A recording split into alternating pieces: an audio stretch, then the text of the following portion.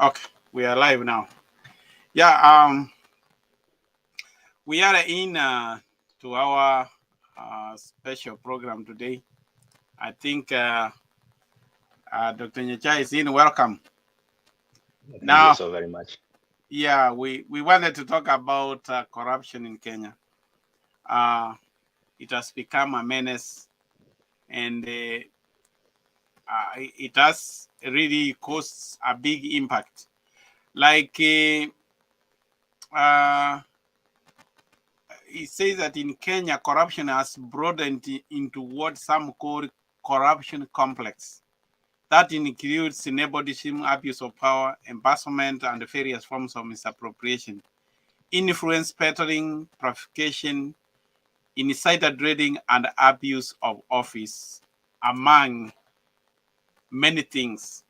Now, my first question is, where did the rain start beating Kenyans about corruption? And it seems to be on the rampage. What's your understanding? Where did it start from? That's a great question. And first of all, I thank you for inviting me again to the studio today. Eh, I'm glad to be here. So, well, to to answer your question and to give you the context in which you have just mentioned of what the definition of corruption is, um, really, we can nobody can put a finger to exact date or. Mm. Hello? Looks you're frozen internet. Am I? Can you hear Yeah, me now? we lost you. We lost you a bit. Yeah, so I can say in that context that you defined it, nobody can put really a finger to the date, exact month or year when it began. Yeah. But we can purely back to when this specific economy was starting at, because the current economic setup was began pre-colonial periods, where we had a civil service which was built around the master and servant syndrome, and then during that time there were people who started bribing not be taken into either serve the master, because people were forcibly taken from villages, and the chiefs, the local chiefs, were responsible for identifying who they would bring. And there were those that were related to the chiefs who were excluded or who had privileges that the rest did not have. If we go back to that history, then we can trace it down to when this began. And it became even more pronounced post-independence when the original Kenyatta administration began, because he built his first government around his kin, if you will, people from central Kenya. If you go back to the history, you will discover that the first cabinet had half the population, half the first cabinet was from central Kenya. And around that time, that's the foundation in which this country came up. When Nyayo took over, when I mean Nyayo is President Moi, he exactly coined the same term. He will follow exact footsteps of the previous founding father of the nation, and we have seen it over time, building over that. Now come to the most recent administration that we have in power, and look at the cabinet. Yeah. Half the cabinet is actually from two communities. More than half the cabinet is from two communities. So that trickles down to: are you my kin, or are you not my kin? So if it trickles down to even community levels, where people go in, they're in power, and they start reaching out to their kin. So again, that's how I can break it down. People are Yeah. comfortable around those that they know. They're not comfortable around those they don't know. And therefore, the people they know are the people they grow up with. I'm happy you brought about the case of Jomo Kenyatta, and I call it this corruption come. Do we have a Kenyatta curse? When Kenyatta went to the Lancaster conference to bring the new constitution we are using, and when he arrived in Kenya, this is what Kenyatta said. That's about land issue. In our constitution, your government has promised that every part of the country will be controlled by the indigenous people of the area. If it is in Masai land, the Masai would administer themselves. If it is in the Nandi, the same will happen, which means they would control their land. No one from outside their area would be allowed to take their land. They would be allowed to do with their land what they want to do with it. That is 1962 arrival from Lancaster Conference. Do you think Kenyatta lived to those words he said? He did not.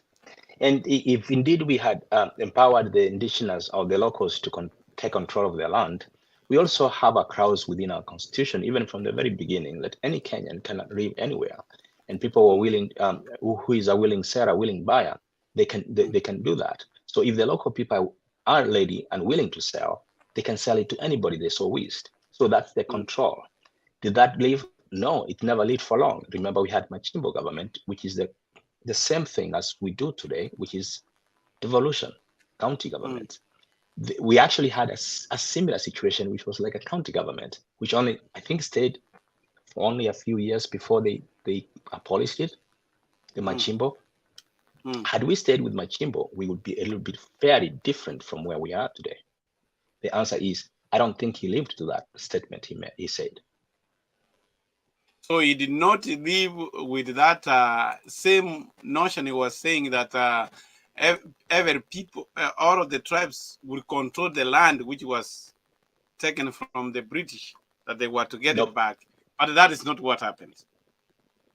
That's not what happened. Look, the central government took control of the settlement schemes where the white people were, and they just started dishing it out to their kin. That's what happened. The local people were never took control of the land. They never did. Okay. So what would you talk about how has land become an issue of corruption in Kenya in general up to now? You know, from the economic perspective, land is capital on its own. If you don't have land, you don't have capital. Land on its own is an economic capital. I mean, it's a big issue anywhere in the world. It's just not in Kenya. It's all over the world.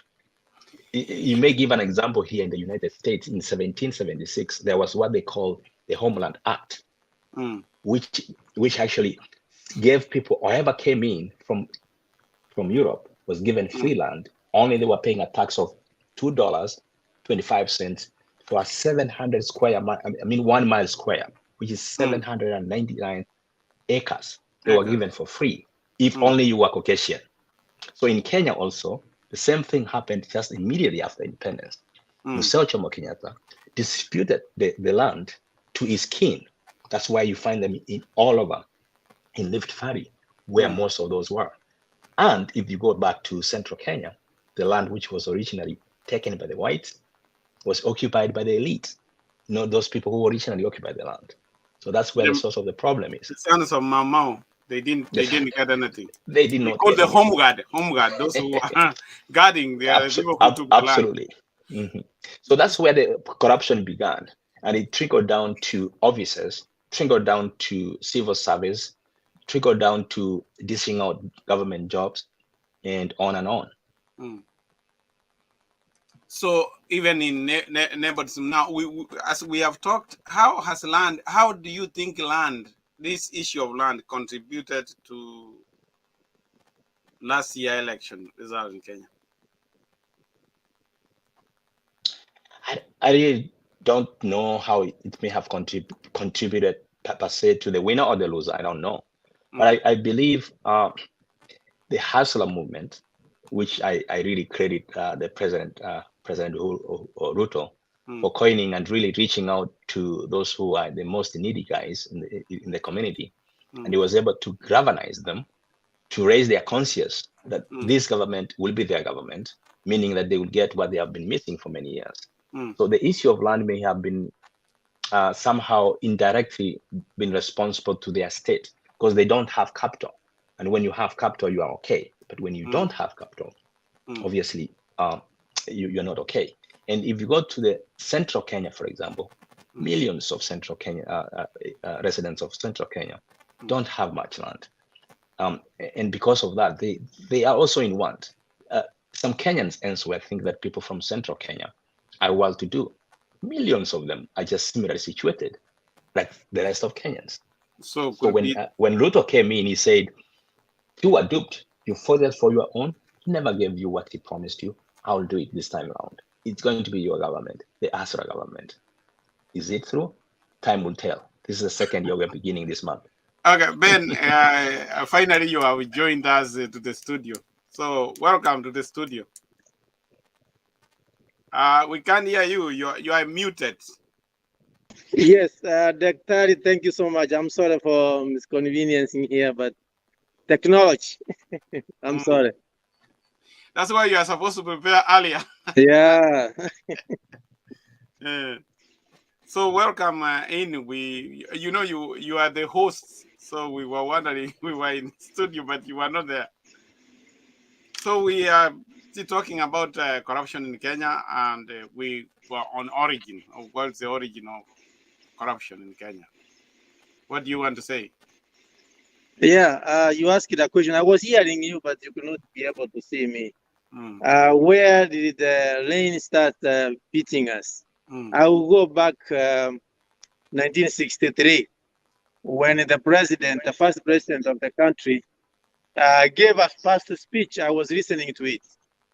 He was motivated to ask Kenyans to go back to work and to take the government after the colonial regime terrorized them, both economically and education.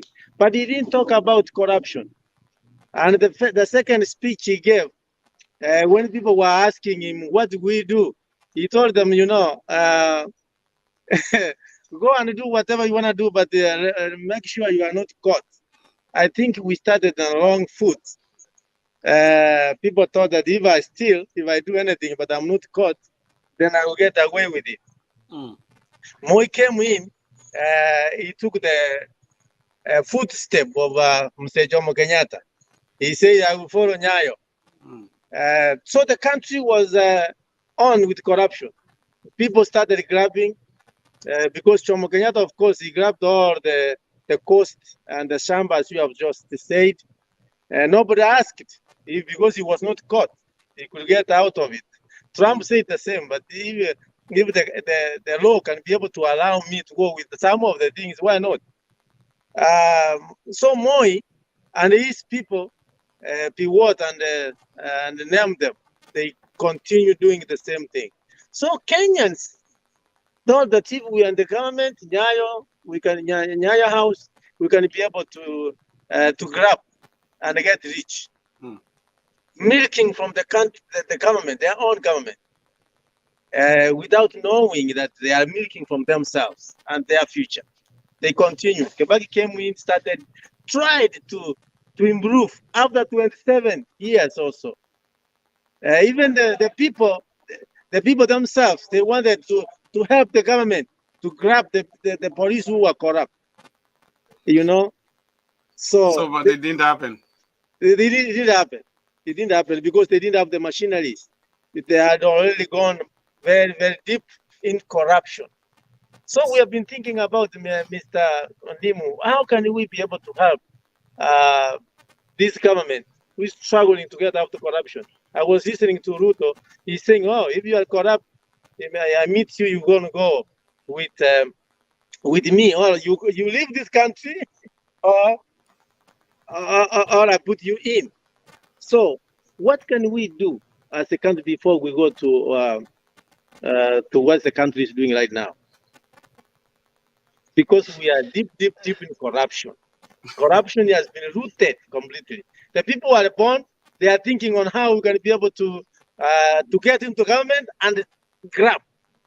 Even our parents were thinking, who can we bribe to get our children employed? Actually, if you go to any of offices and you are promised to get a job and they are not asking you money, you are not even sure you get that job. Are you sure this guy is genuine? Because he didn't ask me anything. That's where we are in the country. That's very. Yeah, they go Nimo. Yeah, it's very interesting of what my friend I just mentioned. That those who are not corrupt are now the exceptions. Corruption is a norm. those who don't ask for anything are fewer and fewer apart. And you actually doubt if you will get a service if you don't try. But we still have good people out there. And we still have good people who are willing to do the right thing. Let's not forget about that.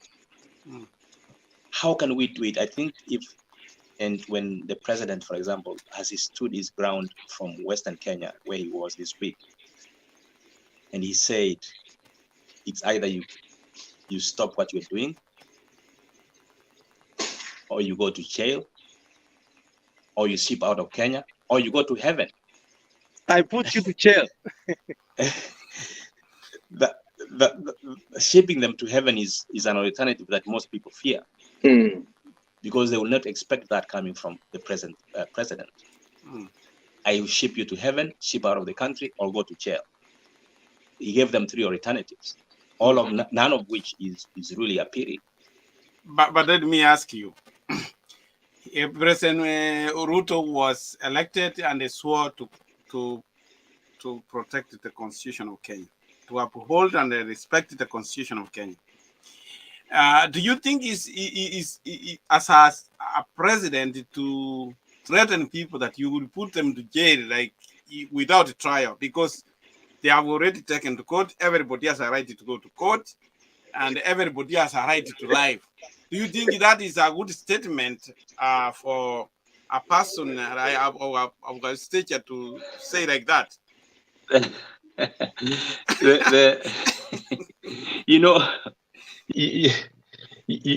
Sometimes it may take a benevolent dictator to put things right. Our ecosystem is so crowded. Like we said, there are very few people who can do the right thing. Even the judiciary itself is very corrupt. Ruto knows that the judiciary is very corrupt, and people know that you can always have that. You can buy the judiciary. He knows it very well. He's been taken there several times. He understands Kenya inside out. I don't know his experiences with the judiciary, but I know he knows. I don't know whether he has done it before, but I know he knows that the judiciary is not the best place for you to root out corruption, because the judiciary itself is very corrupt. So the only way he can root it out is by telling those, because he has the sword, he has the power to do so. You change or move out of Kenya, or I ship you to heaven. And indeed, that gentleman, I was reading the newspaper today, he has withdrawn all the cases. He has withdrawn all the cases. He has actually. He went and withdrew all the cases from the Court of Appeal. So that's how powerful the office of the presidency is. So I don't really want to break the law, but sometimes if the results are going to really save millions of Kenyans, especially the Western sugar belt, I think it's worth telling them you ship out of Kenya or you ship to heaven, because he has killed so many people so far because of poverty. Yeah, I think Dr. that question you're asking is very, very, very, very interesting. And Dr. I've just said it. But, you can't be able to heal a disease unless you diagnose the problem. So the president is trying to solve the problem, which he feels is good. It's a good idea. Even Kenyatta wanted to. That's why he was asking, what do you want me to do? Moi said, "Unasema mimi corrupt. Who is corrupt? Corruption. What's corruption?" They could not understand what's the disease, what's killing us. Japan, they diagnosed the problem. He said, "We are going to kill this corruption completely. If you are caught, you are dead. You are killed. And now go back to schools and teach them corruption, so that our children might understand the corruption is a disease. It's evil, it's bad. So if the president wants to kill corruption, he has to identify the problem, diagnose the disease, then now find a cure. It's the way he's saying now. If he identifies this problem and he gets the people to help him, you are caught, you are gone. Don't go back that this is my brother, this is my sister, this is my this comes from my tribe. He will solve the problem once and for all, because he has a willing, he has a spirit of God, he is powerful. But Ben, we have to talk. Kenya is a sovereign country, and yes. And Dr. Nimu talked about a benevolent dictator. I know we have had very successful benevolent dictators. Yeah. Like President Park of South Korea. I mean, he curbed corruption, but there are some things he had to push, like the land reform. He had to force people. But at the same time, he did good because he opened the industries. Even people who were angry that they have been moved from their land, but they got good jobs in those factories. He created jobs for them. But let it not appear, and you know, we have to, let us not win a battle and then we lose a war. Yeah, this is what about that case. Yeah, he has been forced to take the cases out of the Supreme Court. How he has a right to be heard, but that one would also scare investors coming to Kenya. Let us also look at that. Yes, and I do agree with you, and already we don't have investors coming to Kenya because of how corrupt the system is. It's going to take somebody to sweep the house clean first before we start following the rules, because these rules are not being followed already. Because even like I mentioned, the judiciary is so corrupt that until he roots and cleans the house, makes it cleaner, then now says we are starting from this clean slate, we are starting from this clean plate, we are starting from this clean country. Let's now start following the rule of law. Now, the laws are there, yes, but the people are so corrupt that following those laws aren't even there. People are using the courts as an excuse to continue raping the country, to continue killing people because of poverty, to continue grabbing more. Because the farmers in Western Kenya, for example, in the sugar belt, have no voice. Somebody by, I don't know who the name of that gentleman is, they control the sugar so much, they are even so powerful enough that they can close all the sugar factories in Kenya. And within that time, they create what we call a temporary deficiency of sugar, shortage in Kenya, and they go importing sugar. And what they used to do, by the way, which is so bad, is they import sugar from outside, they go repackage it as Mumia sugar, and they start selling it in the name of farmers. And they kill the local industry. I think, and then you say that person has a right when he has corrupted the whole system. I feel like it's so painful to have that person saying that I have a right that he is able to abuse himself. So what kind of right is that, honestly? But the rate is not to stop there, because if you have to clean, you have to be spotless yourself. Let us not just chase those investors out, then you bring your friends in. Correct. And Mike, my wife, I said, let him clean the house first, so that rules must be followed by everybody, not just a few. Now, also, one of the key things, as many were saying, how we can do away with corruption, and I think the great nexus is Kenya's electorate. Kenyan election has become so expensive. Even if Ruto is saying this, right now he has started packaging the money for the 2027 campaign. Kenyan election requires millions of money. If you calculate even the salary of those who are elected to office, the amount is not enough. That's why members of parliament, when they come, they start doing business wherever they are. How can we solve this problem? Because even if you do a good work as a member of parliament, at the end of it, you will lose your seat if you are not giving money. See, how can we address that? Yes, Dr. That's a very simple thing to do. If all of us agree that we have a problem, there is a corruption, and we are willing to fight all of us corruption, not only the president, the cabinet, all elected members of parliament. They say this is a problem. We have to face it head on. Even including us, we say this corruption must end. We will solve this problem because it exists. How do we solve it? Anyway, Dr. You say something. I was going to say it's not one single bullet that will clean the house. It's going to take a concerted effort from every quarter, and especially the electorate themselves, because if they're going to stare away their rights by taking a few Kenya shillings and they elect somebody who gave them shillings, they are actually erecting corruption themselves. That's what they're doing. Essentially, they're selling away and they're saying, you know what, the 200 shillings I was given, the 500 shillings I was given is enough for now. And they erect people who have no integrity at all. So it will start with every single Kenyan who is of age to vote. That's the first line of defense. The second line of defense is to have the public service, including the judiciary, having people of integrity who, when people are brought before them because they are corrupt, they are actually adjudicating justice like they should be.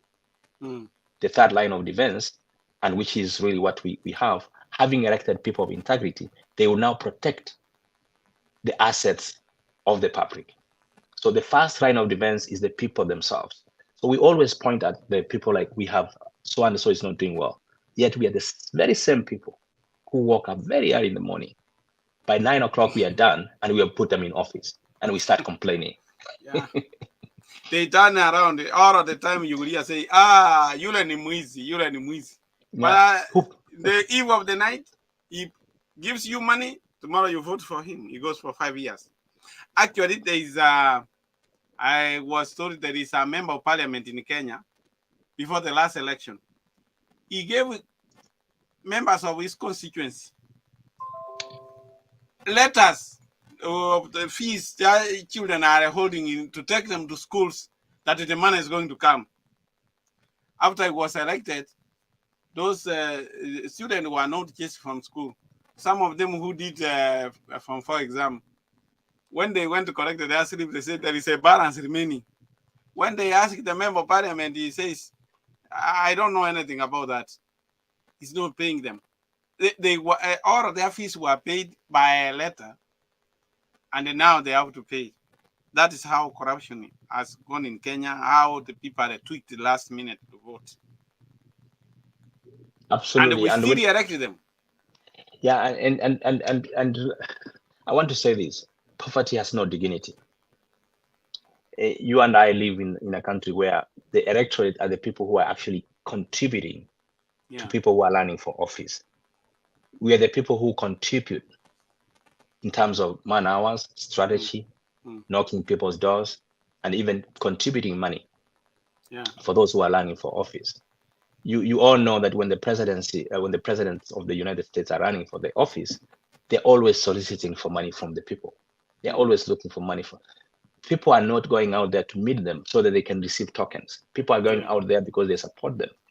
It trickles down all the way to even local congressional seats and even council offices. So until that turns around to be the exact same thing in Kenya, where we identify somebody and the people are willing to vote for. And there was a very good example from Kericho, I think, in the last elections, where there was a Toto. I think there was a young girl who was running for is it for Senate? I'm not sure. Women representative from a women representative, and from Bomet. She felt giants who had money, and people said, "We're gonna elect you to office." So if our electorate will do that, sweep the whole of Kenya the same way they did in Bomet, I think we will see a change because we'll have people of integrity in office. So the best thing we can agree, all of us, that to move forward, we need the people to be educated. When they know the truth and how these things has affected us, electorate will be able to vote without being bribed. If you are bad, you are bad.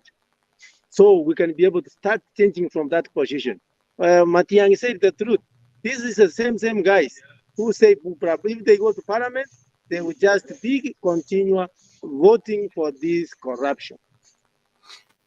But yeah, that is a circle. What does anything have to say? You know, there is a clip from Gabon. I would like you to see.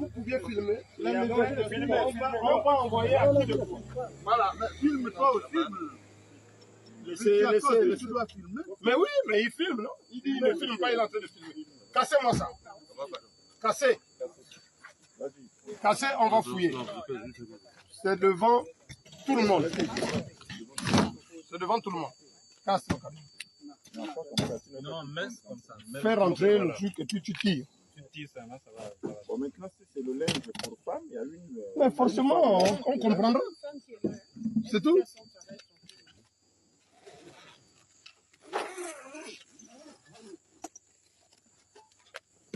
Ouais. Filme. Et puis, The Senate, the president of the Senate in Gabon was on the airport packed with all that amount of money and was leaving the country, the foreign currency. And they see the son of the president, Ali Bongo, was found with a lot of money in his house, a lot of trucks of money. Now, this is one family which has ruled. I mean, it's not a good comparison with Kenya, but the same family has ruled for 56 years in the same country. In fact, since I was born, that Gabon has already been ruled by one family, so they have not known that. What any lessons can we learn? Because I think the military took over because they were sick and tired of the corruption which is going on in Kenya.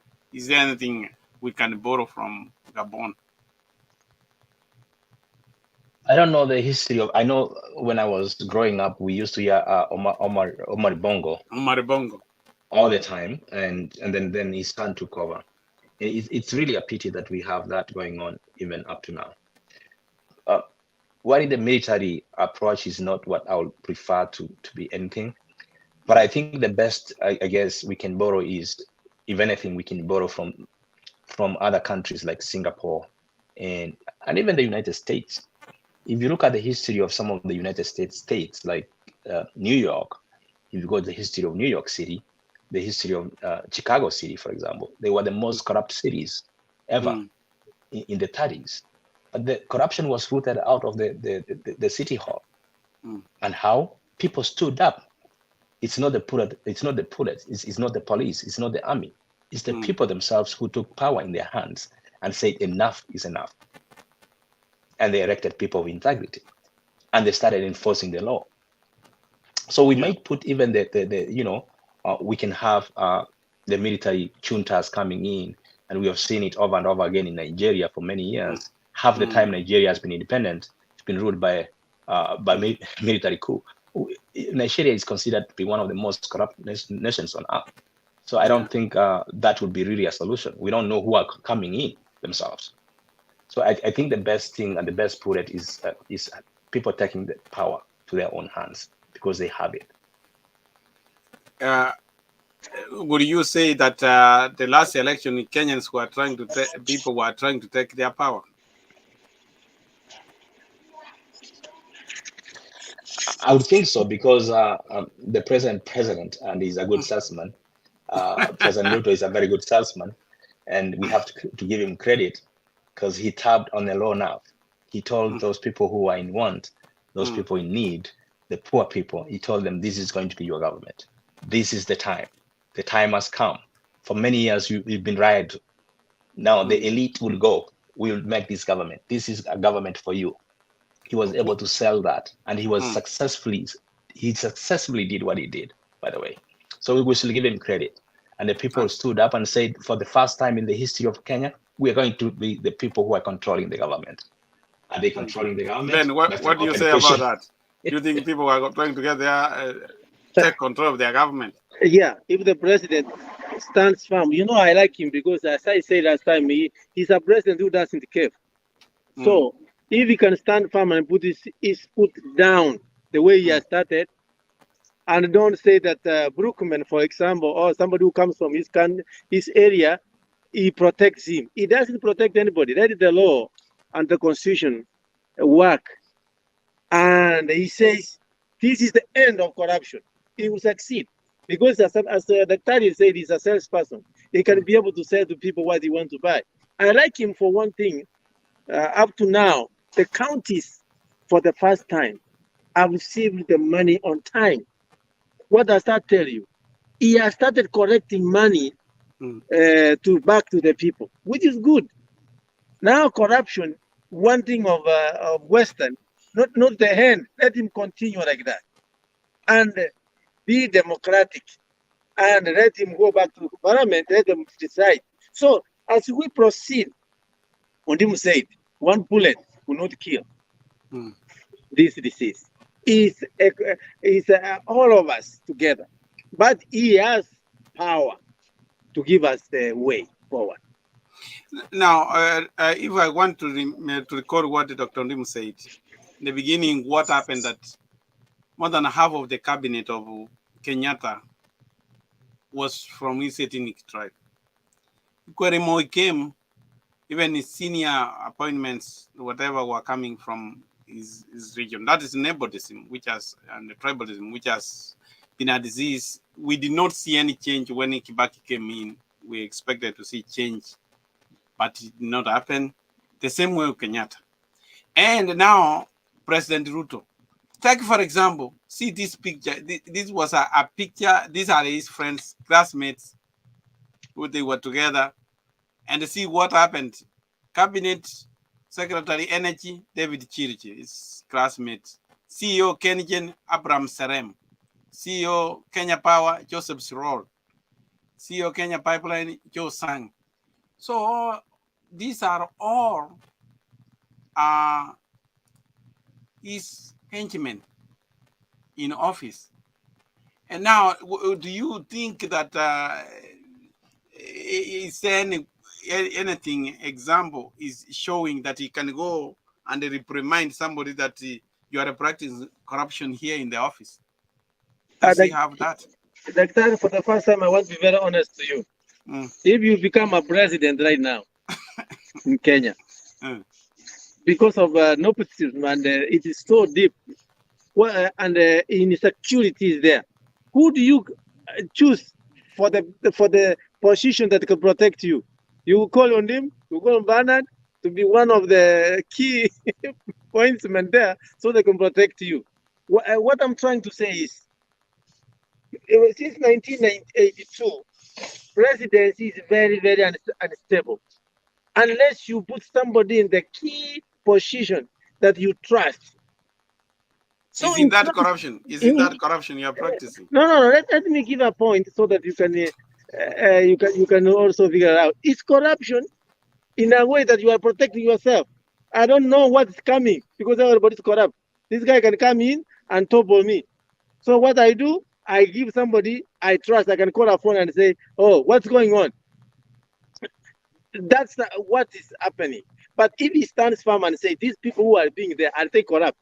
Have they done something wrong?" And if the government was stable like America, you can sit down and say that now. Let's be honest. Let's get people from other places. Of course, he chose all the people from his country, his position, because he wanted protection. Okay. Dr. Lim, what do you say about that? No, let us be honest. Yeah, but we want him to kill corruption. I think we need to really define what corruption is and nepotism, whether nepotism is corruption, and how those people who are selected to office are really performing. Because even in this developed world, we do have nepotism. In 1960, when John F. Kennedy won the presidency, he put his brother as the Attorney General at the time, if you all remember that. And when President Obama won his elections, the chief campaigner, Alex Saud, was selected to be the chief of staff in his office. So let's separate those and look at what is this really corruption? Are you putting people in office because they are qualified or because they are people who you are keen? Can your kin really be qualified and also be selected to the office? If the answer is yes, and if they can perform and provide service, that is good. The problem is when you bring my kin into the office, who you think can do the job, who you think is qualified, but actually they are not qualified. There are key positions like the chief of staff, like some key government positions, where you select your own people who can implement your agenda. If your agenda is to provide service, then those people can provide service. There's a huge difference there. You all know, go to any government in the world, the presidency can be surrounded by people who you know. You're not going to surround yourself with people you don't trust. You're going to select people who you trust. The problem is the deficiency of trust because of tribe. If you hear me, that anybody from a certain tribe is not trustworthy. Because you can have friends or you can have people who can be selected, who come from a different tribe, who can really implement your agenda. That is the problem. So we should not just look at that. That's how I can analyze it myself. No, I'm asking you because this corporation are actually, they are supposed to be private sector. I mean, they are majority, they are controlled by government, but these are private sector which need to do better for the country in the market, to be competitive, to be productive. And they have a mechanism of appointing the CEOs. The CEOs are not appointed by the government. So you put an ad hoc committee, a selection committee to select a CEO. Is it a coincidence that all of these, his friends, his classmates, were so competitive that all of these selection committee found them worthy to be in that office? I mean, you have done research. Is there that probability that all of them will be selected if he did not have influence in appointing them? And I'm going to say this again. I'm not sure if that picture is authentic in the first place, because in this digital world, anything is possible. No, that's true. They were together. Yeah, so I don't want to paste my argument based on the picture you phrased last time, because it might be or it might not be authentic at all. Because in this world, anything, any picture can be, your image can be put there and you appear like you are original in that image. So number two, and I'm not saying it's true or not correct, but I'm saying I'll really be hesitant to be the first person to cast a stone, because easily anything can be done with digital images. Yeah. And number two, it's not possible. The government and the presidency has influence, and especially in Kenya. Yeah. How yesterday's statements can attest.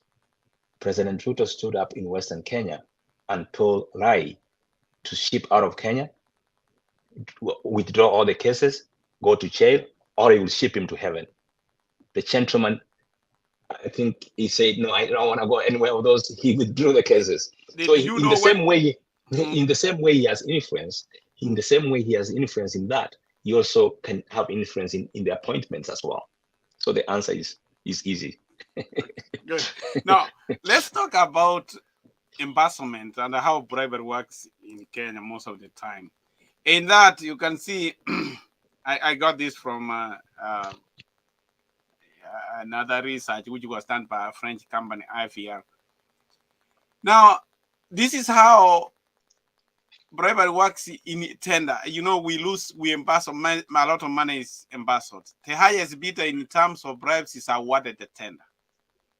So it's favored. The company provides between 2 and 5% of the contract amount to public officials in charge of the project in the contracting authority. Then public officials divide the bribe and they use it for personal gain, which is embezzlement. And this is one of the things which has really haunted Kenya about how we lose. And this is where politicians actually have used it when we even elect members of parliament, county government. In Kenya, actually, we don't have politicians. Somebody coined the word that we have what we call political entrepreneurs, political tenderpreneurs. They go getting all these tenders, like to recoup their money back. And this is where a lot of money in Kenya is lost. How can what solution do we have in dealing with that? Ben. He's on mute. Ben is muted. You can go to Dr. Nim. Yeah, 2013. I'm sorry. I always muted it because of the noises around here. That's good. 2013, we have a very nice 2010, very good constitution. And the youth are projects. Actually, it was in place. If you are a youth, you can be able to tender and you get the money, you get the contracts. The only problem is that some of them, they didn't have money to do it. They went to the bank, got the money. Actually, they were doing very well. The counties would not pay them. So people were very frustrated. The system was good. Is the government or county government failed them? Women are their way of getting their own contract. Everything was in place, but they were not paid. So they need to continue. Now it went back. Anyone who has money is the one who gets a contract. So if with Daktari, we want to continue where we were, and now we have the money in the counties, let's go back. The youth get their own share. The women get their own share. And the other business people get their own share. Transparency, so that they can be able to grow. How the counties will grow if the youths they don't go do those contracts. So we go back. The system is there. It's only to implement. Thank you. Dr. Lim. I think we made progress. I agree with my brother Penn there. We've made quite a bit of progress from where we were 10 or 15 years ago, when people even did not know that the government can give you tenders, when people had no idea how the government functioned. I think with the coming of the digital technology, where people now understand, and with the coming of what they call SIMIs, where the government advertises all the tenders in a one central place, and the county governments are also forced to advertise those, I think we have made a step forward. I think we have made some tremendous progress, because thousands of Kenyans now can do business with the government. Thousands of Kenyans can now go in and actually apply even for those tenders, even though they cannot win, or sometimes they don't have the money to execute the tenders if they win. I think we have made a tremendous progress. What we now need is not just advertising those to every Kenyan. What we now need is to ensure that people have the money that they can actually use to execute the tenders. And how can that be done? Is to remove the barriers. You and I know that starting a business in Kenya is not the easiest. Where we live today, if I go online right now, I can register a company within 5 minutes. I'm done. I'm ready to start executing business. But if you go to Kenya, I'm telling you, my friend, it will take you weeks, it will take you months before you have all the licenses to start operating as a business. So I know they have reduced the number of days from what it used to be a year to around maybe 90 days, but still 90 days is a long time for somebody to just keep waiting to start a business. So I think they need to change, remove the bureaucracies from offices. I think what you mentioned, Ben, from the very beginning is, if you are given a service and nobody asks you for facilitation fee. These days they call it facilitation fee. They have moved away from Kitu Kidogo. They call it, hey, do you have a facilitation fee? Then you start wondering whether that is a genuine service you're getting. So until we remove that, then we must be in trouble there. But you see, as much as they had put that. Dr. Before we move, I would like to add something on top of what the Dr. has said. And the companies now, they have a clause that if you don't do returns at the end of the year, you pay thousands of money, 700,000. If a youth registered a company and he didn't know that he was doing returns, at the end of the year, he has 700 or 200 million that he has accumulated because he didn't do returns. I think they need to do away with those returns every month or every year, so that these guys are not scared. And if you go there, you say, oh, you owe us 700,000. Give us 10,000, 20,000 so you can remove it. That's corruption. Yeah. Ben, let me tell you, that is so punitive. That is even trying to make business difficult. In law, you cannot just put a fee out of the blues. Even there are rules, if you are past due, at least there should be a caveat. You cannot charge somebody more than 5%. Yeah. So when you are being scared, that is the way they are scaring the youths. That's not the way they are helping youths. That's not a good business environment. But then one of the things where I would have to tell you about these tenders. Yes, you would say youths will be given. What the big money people have is they go register companies, they use a name of a youth, but they are still behind because they are the people who have the money. And this is where the youths are not able to raise the money. I showed you that clearly. The highest bidder in terms of bribes is awarded the tender. Did you see that? Not the highest bidder who is going to, I mean, it's supposed to be actually the lowest bidder. If you are taking somebody like you are constructing something, a project, whoever is the lowest is the one supposed to get the tender. But this is what they do. After what we call the bid of quantities, because they have to do the bill of quantities. They know exactly how much this project will cost. Then they say now they have sent the tender out. So they are having their baseline that this is what the amount will cost.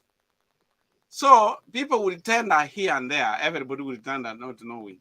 What those officials, government officials do, they get you a copy of a tender. If they want you to take that tender, okay, they say, I want 100,000 for giving you this.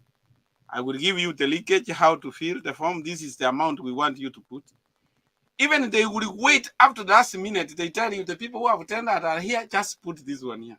Because they want you to win. Because you have given them. That's favorism. And this is done by government officials.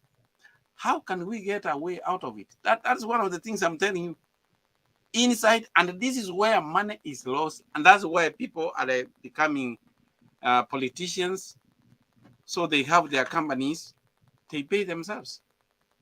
Yeah, Absolutely. like that. We go just round, we come back to the same problem, the disease of corruption. The disease of corruption. The disease of corruption. All the way. Like when you go to the bank, you are lining up, and somebody comes from outside, he goes out the front. If you go, you are in the United States of these other countries, Western countries, somebody asks you, are you on the line? You know, you can see the decency all the way. In Kenya, you go there, you are, everybody knows that you are, I mean, everybody fights to the front. It's the same thing in the offices. They don't care about you. It's us, self, all the way. So transformation is imperative for us to transform the Kenya. All of us agree. Even the Bible itself says that if you give corruption, if you corrupt money, you are as well corrupt as those who receive. Okay. Our time is fast. Ben, that even transformation starts from us. I think we can be able to change. Okay, Dr. Lim. Yes, before we end, I know we're almost at the top of the hour there to move on. I want to say, yes, it cycles back to where we are at, but I believe the best thing to do is to start from individuals. Like we said from the beginning, that those youths should be the first people to elect people of integrity into office. If they are given 50 shillings, 200 shillings to elect people of no integrity, then they are going to pay the price. And every Kenyan will pay the price. So that's where it starts from. And then we start holding those people accountable. We start having them in town hall meetings, like it happened in Eldoret not so long ago, to hold those people accountable and to have them hang out and dry. And that's my last parting words. Thank you very much for your time. We hope to continue with this discussion in future. I really appreciate your input. See you next week. Thank you so much. Thank you. Okay.